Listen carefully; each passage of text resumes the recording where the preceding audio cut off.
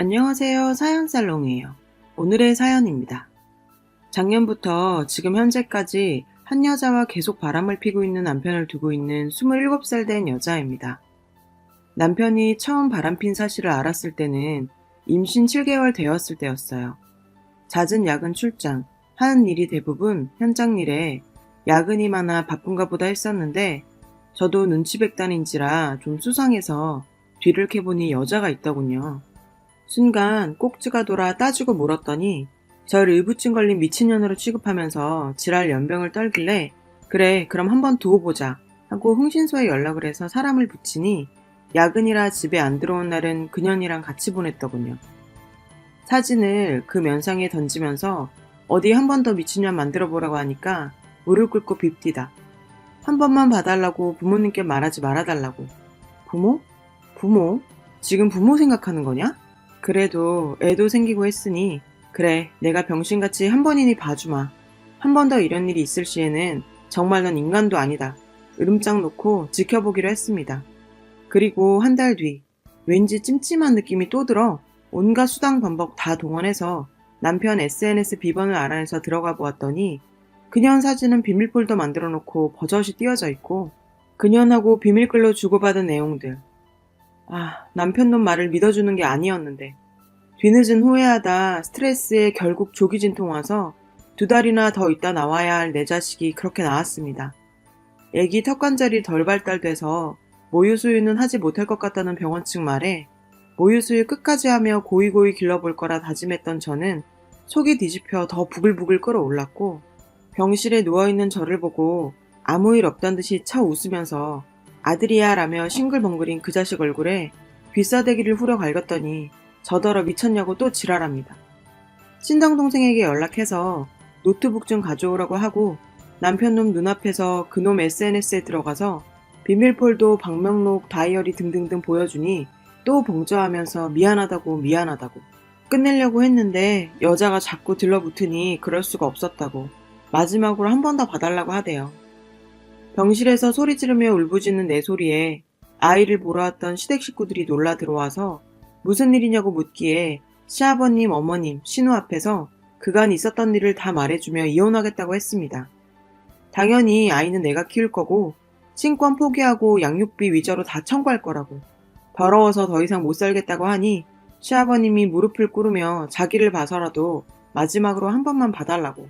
이제 막 태어난 아기를 봐서라도 애가 무슨 죄가 있냐고 그러면서 앞으로는 그런 일 없도록 당신이 단속하겠다고 며느리 앞에서 시부모님이 무릎 꿇고 손까지 싹싹 빌어가며 봐달라고 하니 매몰차게 싫다고 못했었네요. 그때 끝냈어야 하는 건데. 그 일이 있고 난 후에 남편한테 한 달에 한 번씩 통화 내역서와 수시로 핸드폰, 이메일, 그리고 SNS 들락거릴 테니 그런 줄 알라고 하니 그렇게 하라고 했어요. 절대 다시는 안 그럴 거라고. 못 믿겠으면 너 보는 앞에서 전화해서 다시는 자기한테 연락 못 오게 쌍욕이라도 할 거라면서.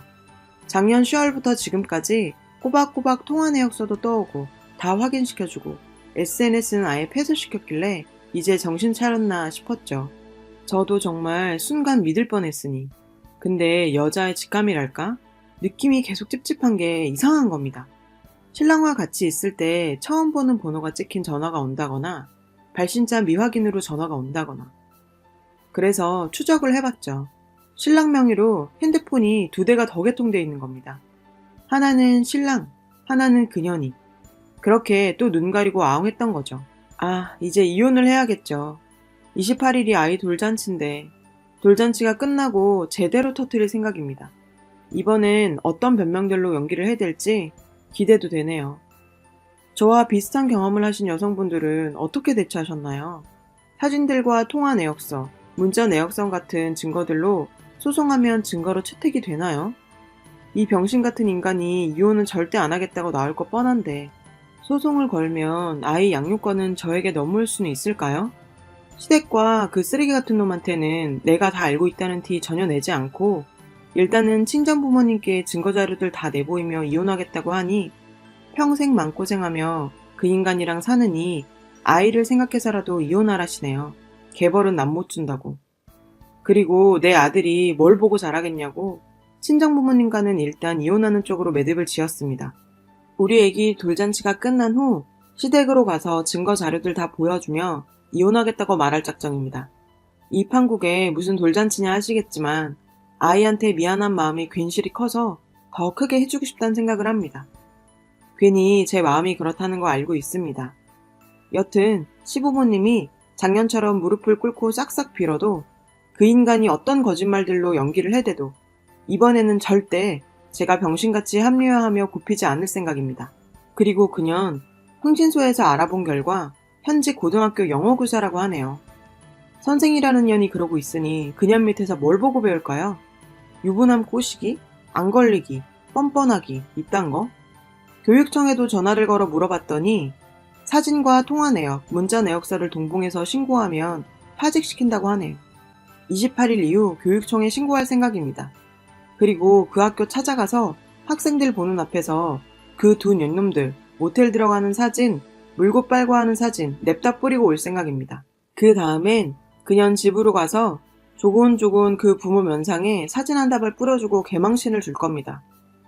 아들의 돌잔치를 마치고 시댁으로 가서 그동안 모아두었던 증거 사본이랑 불륜의 현장에 담긴 사진들을 펼쳐놓고 이혼하겠습니다 라고 했습니다. 기분 좋게 돌잔치 끝내고 와서 이게 무슨 날벼락이냐며 시모께서는 고래고래 소리를 지르시더라고요. 그래서 꼭 이혼을 해야겠냐고. 자기가 소리를 왜 지릅니까? 참, 그것도 어이없죠. 끝까지 빌어도 시원찮을 판에. 시댁은 어쩔 수 없이 시댁인 거죠. 괜히 시댁입니까? 그래서 이혼하겠다고 이번엔 용서해주고 싶은 마음도 같이 살고 싶은 마음도 없고 그리고 하나밖에 없는 내 아들 이런 남자와 키우고 싶지 않다고 했더니 이혼할 때 하더라도 아이는 내놓고 가라시더라고요. 정신 나간 여자처럼 한참을 웃고 이렇게 나오실 줄 알았다고 변호사와 미리 작성해놓은 소장을 보여드렸죠. 여기서 합의를 보지 못하면 소송도 마다하지 않겠다고 했습니다. 시부께서는 할 말이 없으시다며 자리를 박차고 나가셨고 신우는 언니 한 번만 더 생각을 해봐 라며 절 설득시키더군요. 그 쓰레기 같은 남편이란 놈은 입을 강력본드로 쳐발랐는지 계속 아무 말 없이 앉아있고 더 앉아있을 가치도 없어서 저는 아이를 데리고 나와버렸어요. 아이는 놓고 가라는 미친 것 같은 시모 때문에 현관 앞에서 실갱이가 있었지만 밖에서 기다리고 계셨던 저희 친정부모님과 엎치락 뒤치락 하다가 아이는 제가 데리고 나왔네요. 제가 제시한 위자료와 아이의 친권 그리고 양육비에 관한 사항들 잘 살펴보라며 뒤도 안 돌아보고 왔습니다. 마음이 너무 홀가분하네요. 내일 변호사와 의논해 교육청에도 그년의 불륜 증거들 제출하고 앞으로 2번 다시 교단에 설 수 없을 정도로 만들 생각입니다. 물론 정신적인 피해 보상과 함께 고소장을 만들 거고요. 어제 그 부모 앞으로 사진들 퀵으로 보냈고 물론 제 연락처까지 동봉해서 할 말 있으면 하라고 했습니다. 그년 부모 만나서 얘기하자네요. 그래서 오늘 11시에 그 부모 만나고 왔어요. 저는 전혀 책 잡힐 일이 없는 관계로 혼자 나갔습니다. 그쪽은 부모 둘이 나왔고요. 일단 자리에 앉으니 자식을 잘못 키운 자기들 탓이라며 한 번만 너그럽게 용서를 해달라고 해요. 다시는 이런 일 없도록 단속 잘하며 살겠다고. 어렵게 공부해서 선생까지 됐는데 이번 일로 학교에서 나오게 되면 소문이 나서 어디든 갈 곳이 없다고. 봉투를 내밀면서 이걸로 합의를 해주면 안 되겠냐고 하길래 씩 웃으면서 그 봉투를 들며 확인을 했죠. 아니나 다를까 돈 봉투. 10,000원짜리 수표 5장이 들어있는 겁니다. 봉투 안을 확인해보는 저를 보더니 합의를 해주나 싶었는지 좋은 게 좋은 거 아니냐고 그러대요. 그래서 그 돈 봉투에 있는 수표를 꺼내서 그년 애비애밀한 작자 얼굴에 던져버리고 그때부터 제 할 말 다 했습니다. 지금 당신들 딸 입장만 불쌍하고 걱정돼요? 입장을 바꿔 당신 딸이 나와 같은 상황이라면 당신들은 어쩌겠어요? 나는 당신 딸로 인해 내 가정을 잃었고 내 아들은 앞으로 아빠라는 든든한 버팀목을 잃었어요. 그걸 돈으로 때우려고 하는 당신들 이해도 되지 않을 뿐더러 나와 내 아들을 무시하는 행동인 거 아세요? 이 꼴을 보고 나니 당신들이나 당신 딸이나 똑같은 인간들이라는 생각이 드네요. 나는 절대 합의를 해줄 용의가 없어요. 혹 내가 당신들에게 돈을 받아내더라도 난 법원에서 판결로 받겠어요. 그리고 내 아이도 이 나라에서 커갈 마당에 난 당신 딸 같은 부도덕한 여자가 도단에 서서 아이들을 가르치고 있다는 그 자체 하나만으로 소름 돋고 그 학생들이 뭘 보고 배울까 걱정됩니다. 라고 했죠. 그랬더니 그녀는 M이란 사람이 한다는 말이 솔직히 남자가 바람핀 이유가 다 있는 거 아니냐입니다. 집에서 와이프가 어떤 행동을 했길래 남자가 밖으로 돌았겠느냐. 남편이 한눈을 판 이유는 당신에게도 있지 않느냐라고 하더라고요. 성추행 당한 여자한테 여자가 야하게 입고 다니니 남자들이 나쁜 맘을 먹는 거다 라는 생각과 다를 바가 있나요? 그래서 조곤조곤 설명을 다 해줬죠. 내 결혼 생활 중 나는 내 가정을 위해 최선을 다했고 부족함이 없다고 생각한다. 다만 임신했을 때 부부관계를 멀리했더니 남편이 끓어오르는 욕망을 참지 못하고 당신 딸이라는 년과 붙어먹었다. 유부남인 줄 알면서도 선생이라는 년이 그렇게 생각이 없나. 당신처럼 생각하자면 옷 벗고 여자가 덤비는데 마다할 남자 있나? 고로 당신 딸은 그런 여자다 라고 해줬더니 그녀는 M이란 년 바들바들 떨더군요. 그럼 저한테 좋은 소리 나올 줄 알았나 보죠? 앱이란 놈은 한마디도 지지 않고 흥분하지도 않고 처음부터 같은 톤으로 조곤조곤 얘기하는 절 보고 좀 놀란 눈치더군요. 이제 할 말 없느냐? 없으면 난 일어서겠다고 했더니 맞고소 하겠답니다. 그래서 누구를 상대로 맞고소를 할 생각이냐고 했더니 그 쓰레기놈과 저를 상대로 고소를 하시겠답니다. 여기서 저 벙쪘네요. 그래서 하라고 했습니다. 솔직히 그 쓰레기 편 드는 것 같아 말 안 하려고 했는데 혼인빙자? 그건 애아빠가 유부남인 걸 속이고 접근했을 때 해당하는 거 아닌가요? 유부남인 거 알면서도 붙어먹었는데 무슨 혼인빙자예요. 그리고 처음에 당신 딸이랑 붙어먹었을 때 시아버님이 당신 딸 만날 얘기했어요. 만나지 말라고. 연락도 하지 말라고. 한 번 더 이런 일 생기면 가만히 있지 않겠다고. 그런데도 당신 딸이 안 떨어지고 붙어 있었던 거 아니에요? 모르셨어요? 그리고 날 상대로는 어떤 고소를 할 수 있을지 모르겠네요. 고소? 할 수 있으면 해봐요. 내가 당할 듯 싶어요? 하며 제가 소지하고 갔던 녹음기를 꺼냈죠. 나 지금 당신과 했던 얘기들 여기다 녹음해 놨어요. 조금의 반성은커녕 부모라는 인간들이 자기 자식만 걱정돼서 미안한 맘 한 톨 없이 돈 봉투만 꺼내들고 합의하자 달려들어서 나와 내 아들에게 모욕감을 주는 언행까지 일삼았죠. 나는 이것 또한 법원에 증거자료를 제출할 겁니다. 그리고 당신 딸? 용서해주고 싶은 마음 조금도 없어요. 당신들도 맞고서 준비 열심히 해보세요. 날 상대로 이길 수 있을지 의문이 들긴 하지만요. 하며 일어서는 순간 그년 부모 무릎 꿇고 제 다리 한 짝씩 잡고 안아주네요. 합의 보고 가라고 그 전엔 절대 못 간답니다. 그러길래 112에 신고했습니다. 자식 위안답시고 나왔는데 일은 더더욱 커져만 가고 처음엔 제가 부모한테 못할 짓을 하는 건가 싶다가도 그런 부모 행동을 보니 망연자실한 그 표정 너무 통쾌했어요. 그리고 쓰레기한테 자꾸 전화가 오네요. 어제 오늘 합쳐서 100통은 넘게 온 것 같아요. 그래서 쌍콤하게 핸드폰 번호를 바꿨어요. 합의점을 찾아볼 수 없는 인간들인지라 저는 소송을 최종 선택을 했고 오늘 그년 상대로 정신적인 피해 보상과 그 부모 상대로 명예훼손을 같이 적용해서 소장을 작성하고 왔습니다. 그리고 변호사님께서 학교에 찾아가 망신을 주는 거는 저에게 불리하게 작용될 거라면서 만류하셔서 그년 학교 찾아가 망신 주는 것은 아쉽지만 소송상한 바감에 하라고 합니다. 그 여자가 SNS로 쪽지가 왔네요. 만났으면 한다고. 자기도 할 말 많다며. 핸드폰 번호가 바뀌어서 연락할 방법이 쪽지밖에 없었다면서 왔길래 너랑은 할 말이 없다. 대화는 인간과 인간이 하는 거지 동물만도 못한 너란 인간하고는 할 말도 들을 말도 없다. 조만간 고소장 갈 테니 법원에서 보자 했습니다. 그랬더니 그년이 한다는 말. 얼마 전에 깨끗하게 끝냈다고 2번 다시 그런 일 없을 거라고 자기도 반성 많이 하고 있고 고소 취하해달라고. 아, 이 또라이 같은 애 머릿속엔 똥만 가득 차 있는 걸까요? 서방이라는 놈은 친정 식구들한테 돌아가며 전화질 해대고 친정아빠 근무하시는 곳으로 찾아가서 저 좀 설득시켜달라고 무릎 꿇고 생쇼를 벌였다네요. 저랑 아이가 없으면 못 산다고 죽을 것 같다고. 그래서 친정아빠가 그냥 죽으라고 했답니다. 역시 우리 아빠.